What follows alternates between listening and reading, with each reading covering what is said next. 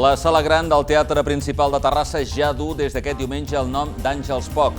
L'actriu va participar en una trentena d'obres de teatre, sèries de televisió i pel·lícules. El reconeixement ha comptat amb la família de l'homenatjada, fins i tot de la seva mare, la dona més gran de Terrassa, amb 105 anys.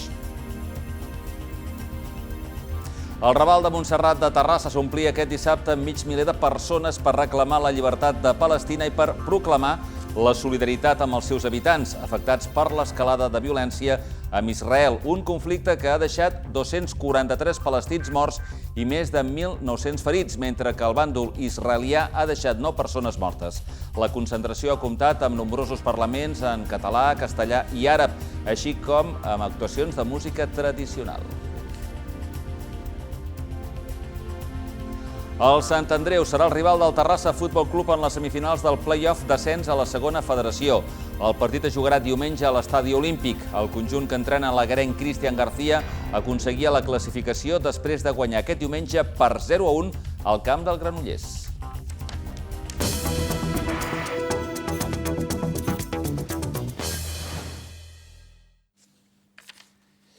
Què tal? Benvinguts. La sala gran d'exhibició del Teatre Principal passa a dir-se Àngels Poch. L'actriu terrassenca va rebre a títol pòstum la medalla d'honor de la ciutat l'any 2016 i va ser terrassenca de l'any 2001.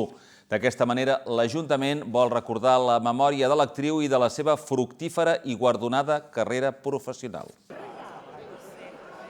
La sala gran del Teatre Principal de Terrassa ja du des d'aquest diumenge el nom d'Àngels Poch. L'actriu, nascuda a Terrassa el 1948 i morta el 2015, va participar en una trentena d'obres de teatre, sèries de televisió i pel·lícules. L'actriu va ser nomenada terrassenca de l'any ara fa 20 anys i va rebre a títol pòstum la medalla d'honor de la ciutat el 2016. Ara suma a aquest homenatge en el dia que hagués celebrat el seu 73è aniversari. Tots i tots nosaltres sempre hem estat molt orgullosos i orgulloses de la seva trajectòria, del seu do com a actriu i d'un talent que l'ha dut a ser un referent als escenaris i la televisió del nostre país. La trobem molt a faltar, però recordant-la, la mantenim viva en el cor de les terrassenques i els terrassencs. Un reconeixement que ha comptat amb la família de l'homenatjada, incloent el vidu, els fills, els nets i també la seva mare, que és la dona més gran de Terrassa, amb 105 anys.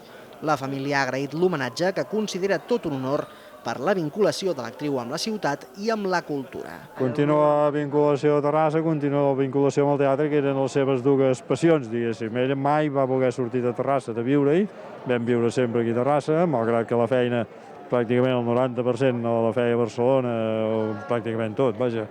I després el teatre, o sigui, Terrassa i teatre és la seva passió, això tenia el seu nom aquí, en memòria seva, doncs a mi m'agrada moltíssim. L'acte s'ha clos amb un tastet de l'espectacle de circ Ciudades Interiores de l'artista guatemaltenca Ileana Ortega, abans de passar a celebrar aquest homenatge amb una copa de cava. De fet, aquest bateig de la sala ha servit també com a presentació de la nova gestió de la cafeteria de la sala Foyer, al segon pis del teatre, i que passa a estar gestionada per la Fundació Prodis. És el 5è projecte d'aquestes característiques de què s'encarrega aquesta fundació, després de la trama, els telers, la coral dels amics i el cor ovell. Canviem de tema. La Unitat contra el Feixisme de Terrassa ha denunciat aquest dissabte el que considera assetjament policial contra veïns de Ca n'Anglada d'origen migrat. En la convocatòria d'una concentració de protesta, el col·lectiu ha reclamat una solució al barri que no passi per la pressió policial.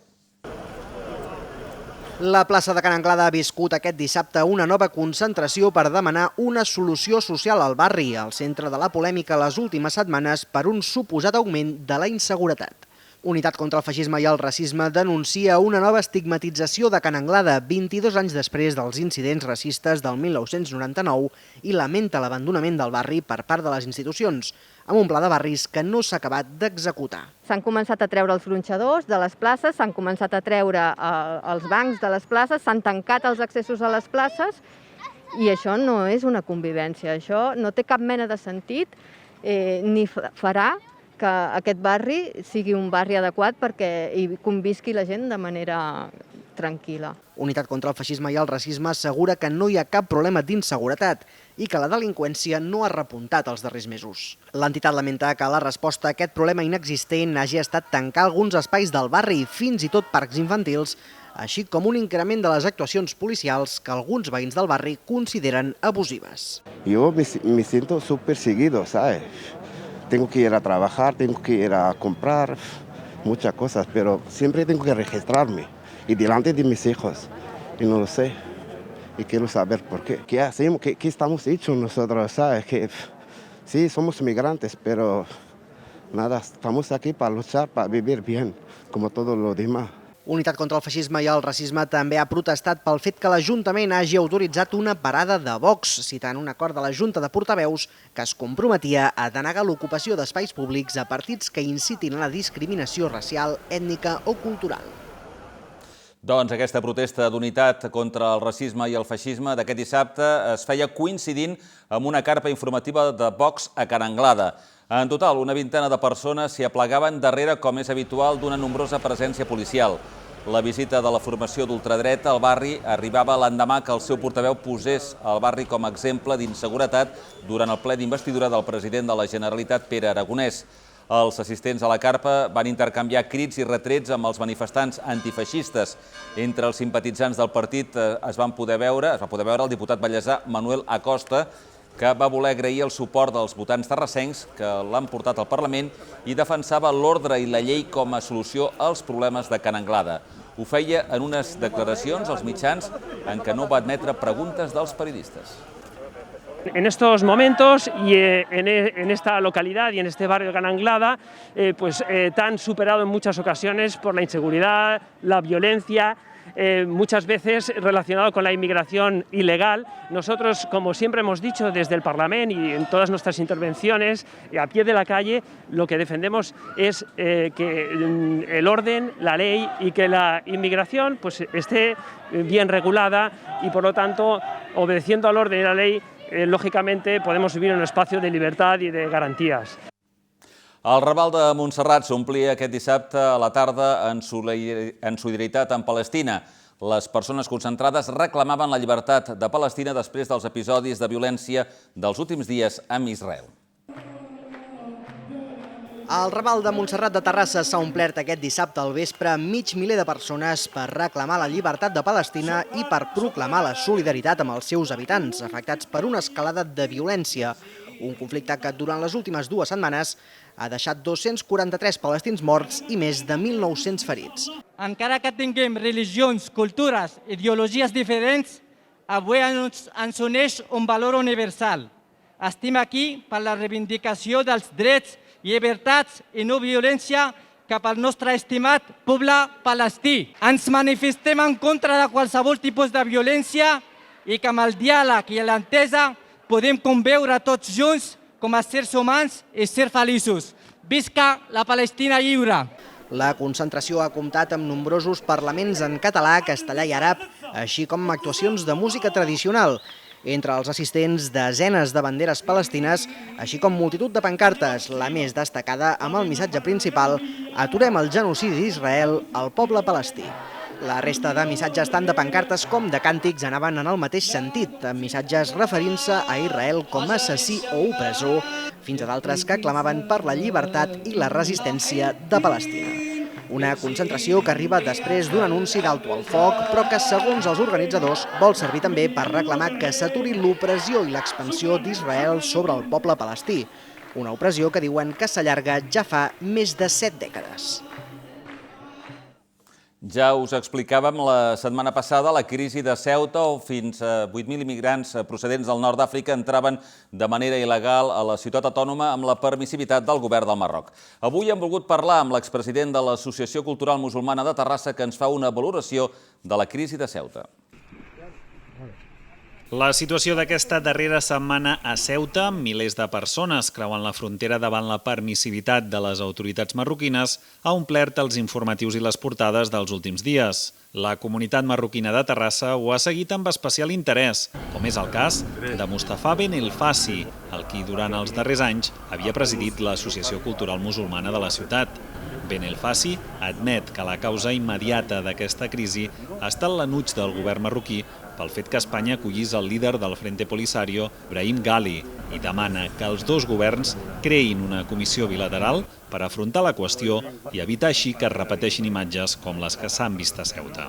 La solució, per mi, és posar els problemes sobre la taula i parlar-ne.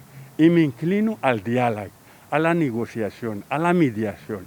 Ara per ara necessitem formar una comissió de normalitzar aquesta situació. Un altre fet que es veu amb preocupació des de Terrassa és la utilització de la crisi per part de partits d'extrema dreta com Vox. Benelfaci denuncia aquest fet i que els de Santiago Abascal facin el mateix amb el barri de Can Anglada. Què saben ells de Can Anglada o de Terrassa, perquè l'altra vegada últimament ha sortit un vídeo discriminant tota la ciutat de Terrassa i per a mi és molt greu, és denunciable que diuen que és una ciutat sense llei.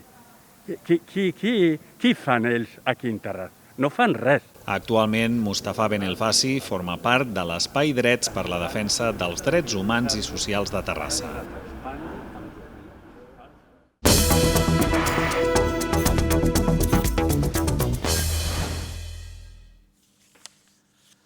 El Vallès Occidental ha aprovat el Pla de Transformació i Reactivació Industrial de la comarca. Ara inicia la cerca de fons de finançament per aconseguir els 9 milions d'euros que permetin dur-lo a terme.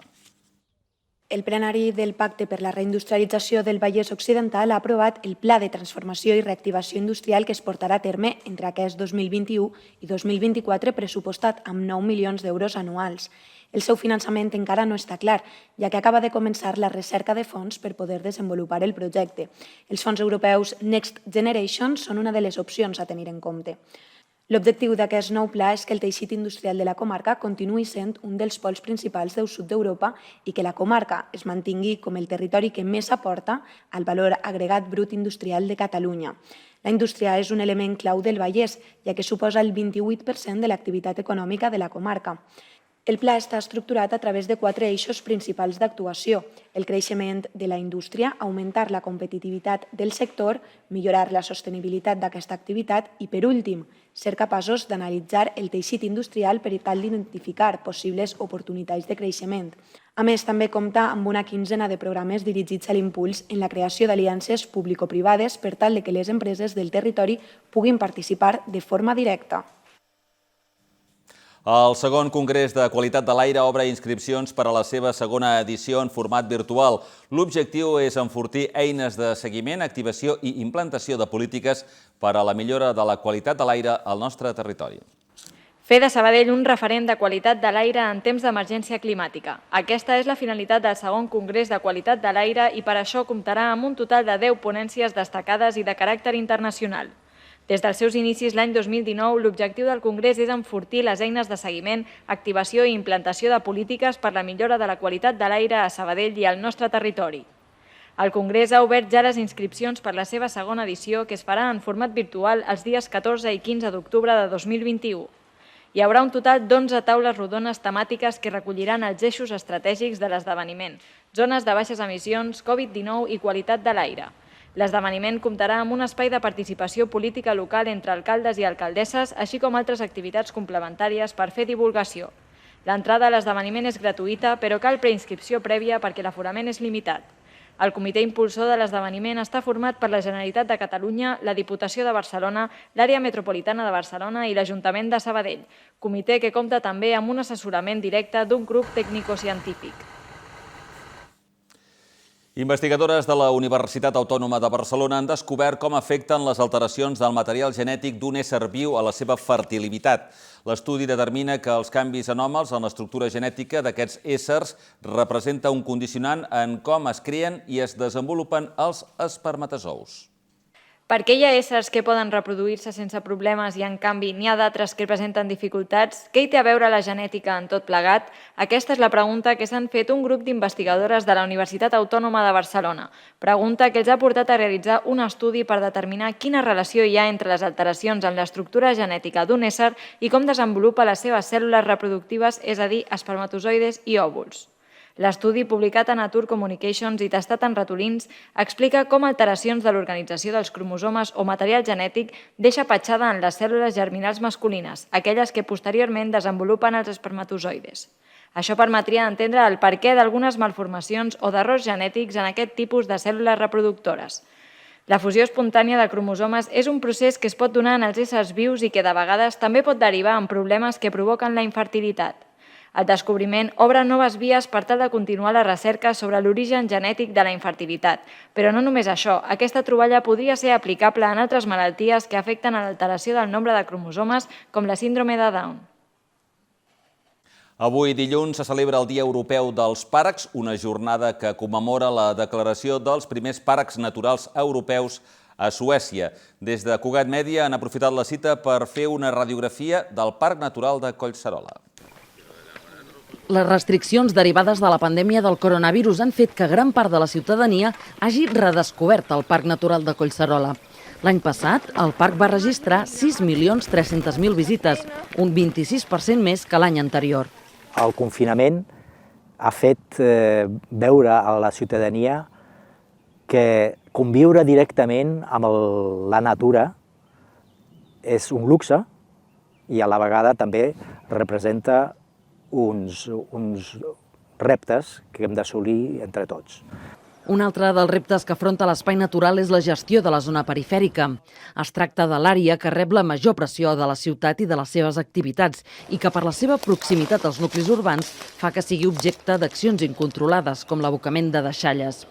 Des del Consorci es treballa amb els municipis perquè aquests espais siguin zones de transició i proposen, entre d'altres, aprofitar-les per recuperar camps de cultiu i així afavorir el paisatge de mosaic.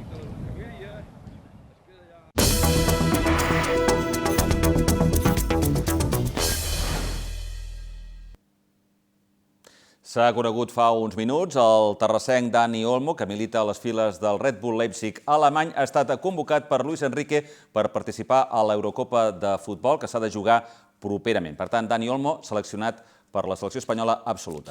I el Sant Andreu serà el rival del Terrassa Futbol Club en les semifinals del play-off d'ascens a la segona nova divisió de la Reial Federació Espanyola de Futbol. El partit es jugarà diumenge a l'Estadi Olímpic. L'altra eliminatòria la disputaran Girona B i Cerdanyola. El conjunt que dirigeix l'agarenc Cristian García ha aconseguit la classificació després de guanyar aquest diumenge per 0-1 al camp del Granollers. Precisament, l'exterracista Jorge Carrión ha fet l'únic gol del partit, però els granollerins no s'han rendit i han pogut empatar en la darrera acció en un penal assenyalat per l'àrbitre en el minut 94. El porter del Sant Andreu, Arnau, però s'ha erigit en heroi del seu equip i ha endevinat la trajectòria del xut de Pau d'Arbre, donant el passi als de Cristian García, que tornarà a trepitjar l'Olímpic ara com a tècnic visitant.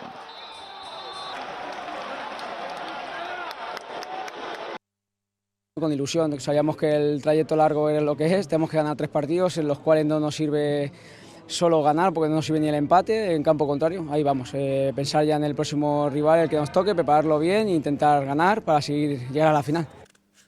Una victòria i una derrota contra Gran Bretanya és el balanç final de la selecció espanyola masculina d'hoquei herba a la FI Pro League.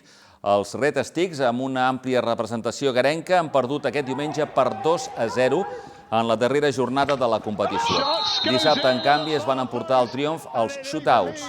El combinat dirigit per Fred Soller anava guanyant per 0-2 amb dues dianes d'Álvaro Iglesias i de José Basterra, però la selecció anglesa va equilibrar el partit, arribant així a la tanda dels shootouts.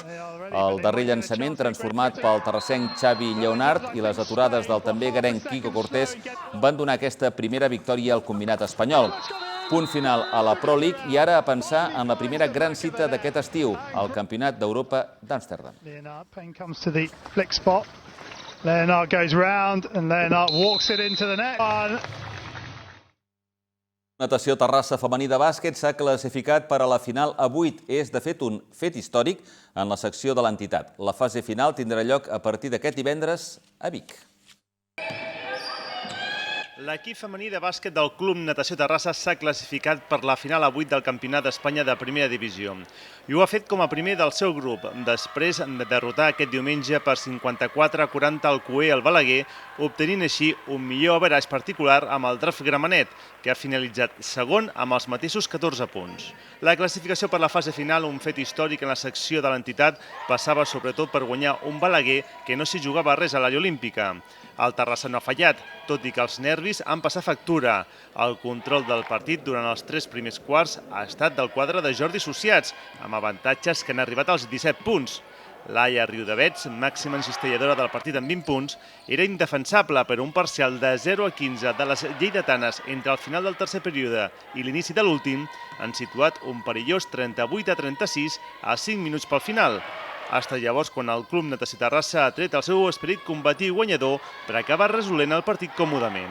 Sabíem des del principi que seria un partit difícil, que Balaguer no ens ho posaria gens fàcil, però l'hem competit fins al final. Hi ha hagut un moment allà que se'ns han posat a 4, però hem tornat a remuntar i l'equip ha tornat a aixecar el puny. No era l'objectiu, però ens hem plantat aquí amb aquestes opcions i ho hem aprofitat. I sabíem que era molt difícil el partit d'avui, que ens ho posaria molt difícil, estàvem un poc nervioses, però ho hem tret i estem molt contentes. Diguéssim que hem fet història, no? Perquè aconseguir classificar-se per una final a 8 descens, per nosaltres ho és. Amb jugadores bàsicament totes de la casa, nosaltres hem d'estar al nostre nivell i si treballem bé i aconseguim coses, passem. I si no passem, no passa absolutament res, perquè som molt conscients de les nostres limitacions, són equips molt poderosos i evidentment és un altre nivell, no? Però això no vol dir que no hi puguem arribar, perquè hem demostrat durant la temporada aquesta que podem guanyar qualsevol equip. La final a 8 arrencarà aquest divendres a Vic. El rival del Terrassa als quarts de final serà l'Hospitalet, segon classificat del grup 2A.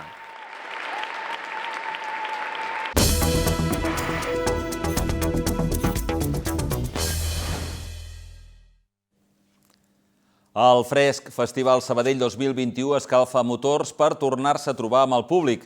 Artistes com Roger Mas, Gemma Humet o Cris Juanico, entre molts d'altres, trepitjaran els escenaris de la quarta edició del certamen. El festival vol tornar a ser un espai d'unió entre la cultura i els seus seguidors.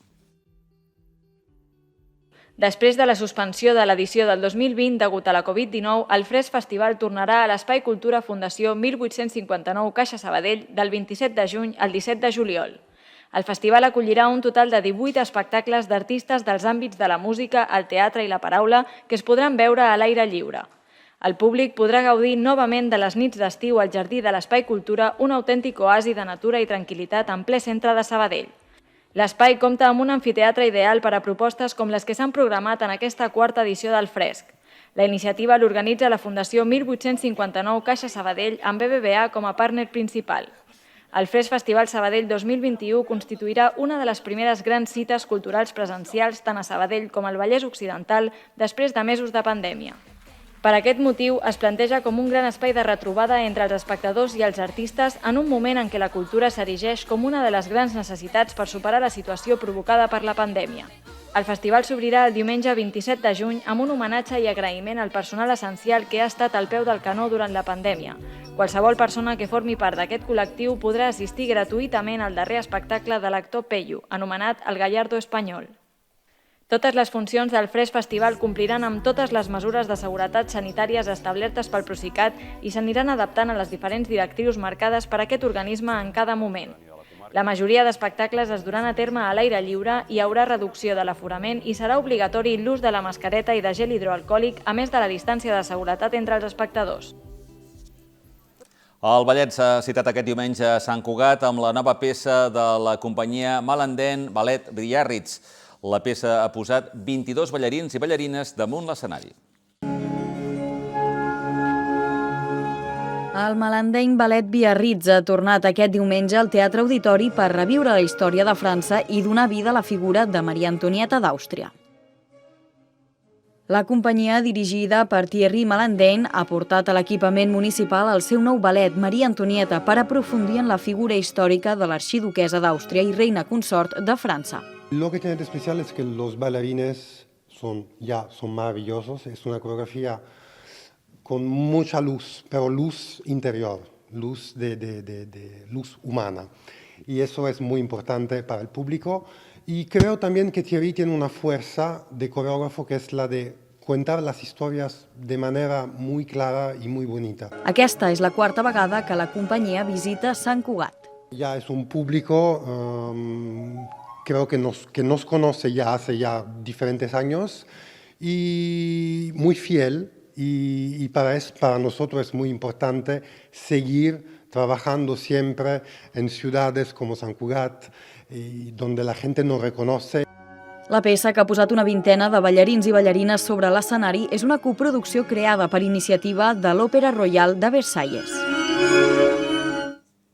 Els Diables de Sant Cugat han tornat a trepitjar plaça aquest dissabte amb una trobada de bèsties que ha omplert la ciutat de foc i espurnes.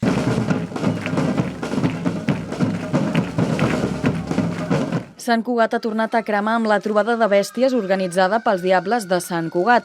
La colla ha despertat el boc de Can Bernet per oferir un espectacle de foc amb figures de bestiari festiu convidades provinents de diferents punts de Catalunya. Les bèsties s'han citat al Parc de Ramon Barnils aquest dissabte en un acte adaptat a la pandèmia, estàtic i amb aforament limitat per omplir la ciutat de foc i espurnes. La colla amb moltes ganes. Sí que és veritat que hem anat sortint, no? Però bueno, tampoc això és el que voldríem, no? El que volem és sortir al carrer, volem estar en contacte amb la gent, fer correfocs, però bueno, nosaltres sempre el que creiem és que s'ha de persistir i hem d'estar allà, i si el que es pot fer és això ho farem el màxim de bé que puguem. La Pàjara de Terrassa, Llaunes de Montgat, el Bocaegis de Can Rosés i la Ferafoc de Sant Quintí de Mediona són les bèsties que han acompanyat els Diables de Sant Cugat en aquesta trobada. Els gegants, l'esbard i els caparrots de la ciutat, vestits per a l'ocasió, tampoc s'han perdut la cita. La ciutadania ha mostrat una vegada més el seu suport a la cultura popular i les entrades, unes 500, es van exhaurir en pocs dies. Doncs amb tot aquest bestiari arriba ja el moment d'acomiadar aquest informatiu del dia. Gràcies per acompanyar-nos. Tornem demà. Que vagi bé. A reveure.